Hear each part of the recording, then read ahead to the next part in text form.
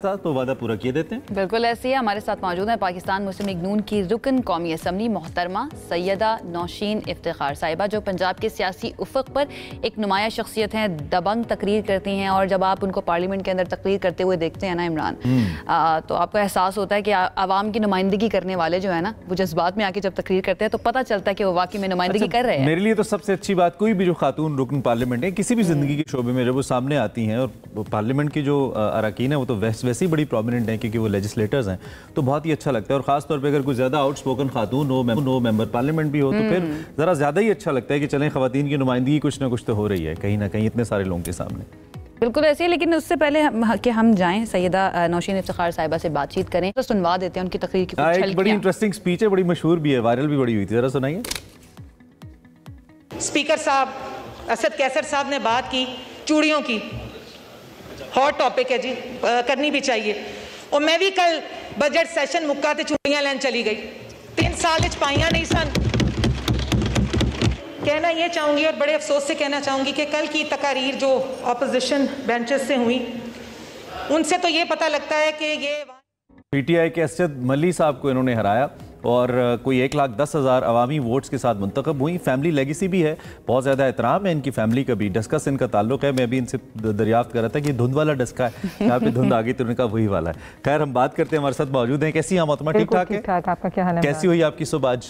बहुत अच्छी, आज तो जल्दी हो गई क्योंकि आपके पास आना था। अच्छा, तो आप अर्ली राइजर हैं, बेसिकली जल्दी उठती हैं? जैसा आई वेक अप एट 8 o'clock है, तो अब ये सियासत ने आके काफ़ी चेंज कर दिया। अच्छा, बचपन में कोई 12 बजे तक सोती थी, लेकिन अब जब से सियासत में हो तो कम नींद, अब वो मजे खत्म हो गए। बिल्कुल मजे खत्म हो गए। तो सियासत क्या तब्दीली लेकर आती है जिंदगी के अंदर? Responsibility, a lot of responsibility, challenges, क्योंकि आपको पता है हर रोज़ we are in a learning process, जहाँ पे आप रोज़ गलतियाँ करते हो, रोज़ सीखते हो। लेकिन यहाँ पे मैं हमेशा कहती हूँ कि गलतियों की गुंजाइश भी बहुत कम है, तो one has to be very like proactive और साथ में अपना विजन आपको ब्रॉडर करना पड़ता है और वहाँ पे एट द सेम टाइम आपको क्रिटिसिज्म के लिए तैयार रहना पड़ता है, थिक स्किन होना पड़ता है। बिल्कुल थिक स्किन होना पड़ता है, लेकिन ये काम चलता रहता है, इसलिए कभी आप रो लेते हो, कभी आप हंस लेते हो, सारे मौसम है यहाँ पे साथ करना पड़ा। अच्छा, लेगेसी तो है, लेकिन उसके बावजूद बहुत सारे पॉलिटिशियंस ऐसे भी हैं जिनके बच्चे या फैमिली मेम्बर्स जो हैं वो पॉलिटिक्स में नहीं आते। आपने यही सोचा था कि फ्यूचर में पॉलिटिक्स करनी है बड़े होके, या कुछ और ख्वाब थे आपके? मेरा कभी भी जो है ना वो पॉलिटिकल ऐसे फैमिली से हूँ, लेकिन पॉलिटिक्स ज्वाइन करना ख्वाब नहीं था। मैं हमेशा से जो हूँ मूडी सी हूँ, क्योंकि कम गो हूँ, कम बोलती थी और इस तरह इतने लोगों से इकट्ठा इंटरेक्शन नहीं किया, बहुत कम दोस्त हैं और अपने आप में अपने काम ख़त्म किए और लाइक अपनी एक फैमिली जो अपनी एक रूटीन है बस उससे ज़्यादा, उस बबल से ज़्यादा नहीं निकली थी। लेकिन फादर ने मेरा नाम रिकमेंड किया और फिर my mother wanted me to join politics. उसके बाद से बस शुरू हुई हूँ, तो 4 साल से अब सियासत ही कर रही हूँ। अच्छा, एक अच्छा मेरा जिंदगी का तजुर्बा रहा है सियासत। ठीक है। मूडी आपने कहा, मूडी तो वैसे बहुत सारे सियासतदान होते हैं, लेकिन उनका मूड वो वाला होता है जो प्राउड वाला मूड होता है, बात नहीं करते, लोग कहते हैं हमें मिलते नहीं है इलेक्ट होने के बाद। तो it's very tough for a women to be a politician जो कि अवामी सियासत करे, हल्के की पॉलिटिक्स करे। आपके लिए कितना मुश्किल है? वैसे आवाम से आपका एक राब्ता तो है due to your family background, Syed family, तो लेकिन मुश्किल कितना है एक खातून के लिए? इमरान, मैं इसके बारे में बात ज़रूर करूँगी, क्योंकि देखें अगर एक औरत है और एक वो प्रोफेशन में है, ज्यादा बात करे, हंसे तो कहते हैं कैरेक्टरलेस है, सख्त हो तो कहते हैं मूडी है। ये बात जो है हमारा एक बिटर रियलिटी ऑफ है हमारी, जो हम अपने प्रोफेशन में हर औरत बर्दाश्त करती है। लेकिन समझना ये चाहिए कि जितनी एक औरत मेहनती होती है वो मर्द के मुकाबले में जो है वो मेरा ख्याल है 20 गुना या 30 गुना ज़्यादा काम करती है। और अल्लाह ने उसको ऐसी एबिलिटी से नवाजा होता है, क्योंकि अगर एक औरत जो है वो घर संभाल रही है, काम कर रही है, तो आप उसकी इज्जत करें। मैं हमेशा से यही बात करती हूँ कि जब मर्द हजरात जो हैं वो औरतों को सपोर्ट करेंगे तभी वो औरतें एक्सेल करेंगी। एक्सेप्टेंस है पॉलिटिक्स में, जिस तरह से आप बात कर रही हैं, रवैये होते हैं स्पेशली सोसाइटी के, जो ख़वातीन काम करती हैं उनके बारे में एक्सेप्टेंस है?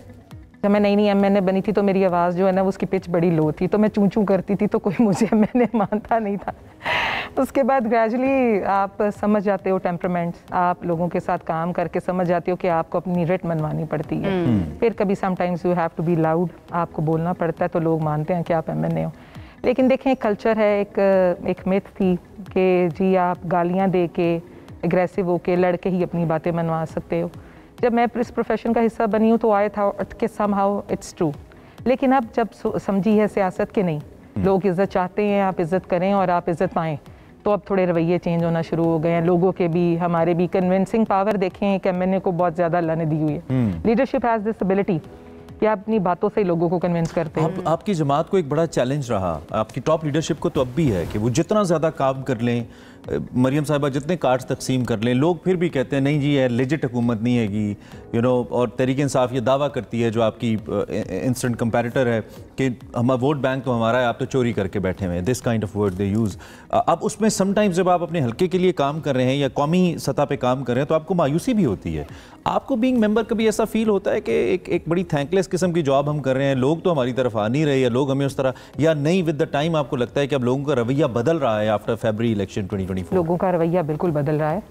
देखें लोगों को क्या चाहिए, लोगों को सेहत अच्छी चाहिए, तालीम चाहिए, मुलाजमतें चाहिए, लोगों को रोज़गार अपने घरों के लिए कमाएंगे तो बाकी सारे मामला चलेंगे ना। ये इंटरलिंक्ड है कि अगर एक घर में कोई कमाने वाला कोई नहीं है और उसको फैसिलिटी बाकी लोगों को वो प्रोवाइड नहीं कर सकता। हमारी बदकिस्मती भी यही है कि इस मुल्क में एक बंदा जो है वो कमा रहा है और बाकी फैमिली जो है वो खा रही है और उसी के ऊपर वो बर्डन है।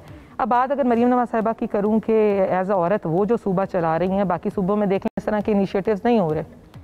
आप वो सेहत पे भी काम कर रही हैं, वो एग्रीकल्चर पे भी काम कर रही हैं, वो यूथ पे भी काम कर रही हैं। ऐसी बहुत सी पॉलिसीज़ उन्होंने बनाई हैं जहाँ पे वो लोगों को इंगेज कर रही हैं। सुथरा पंजाब है और औरतों को एम्पावर करने की बात।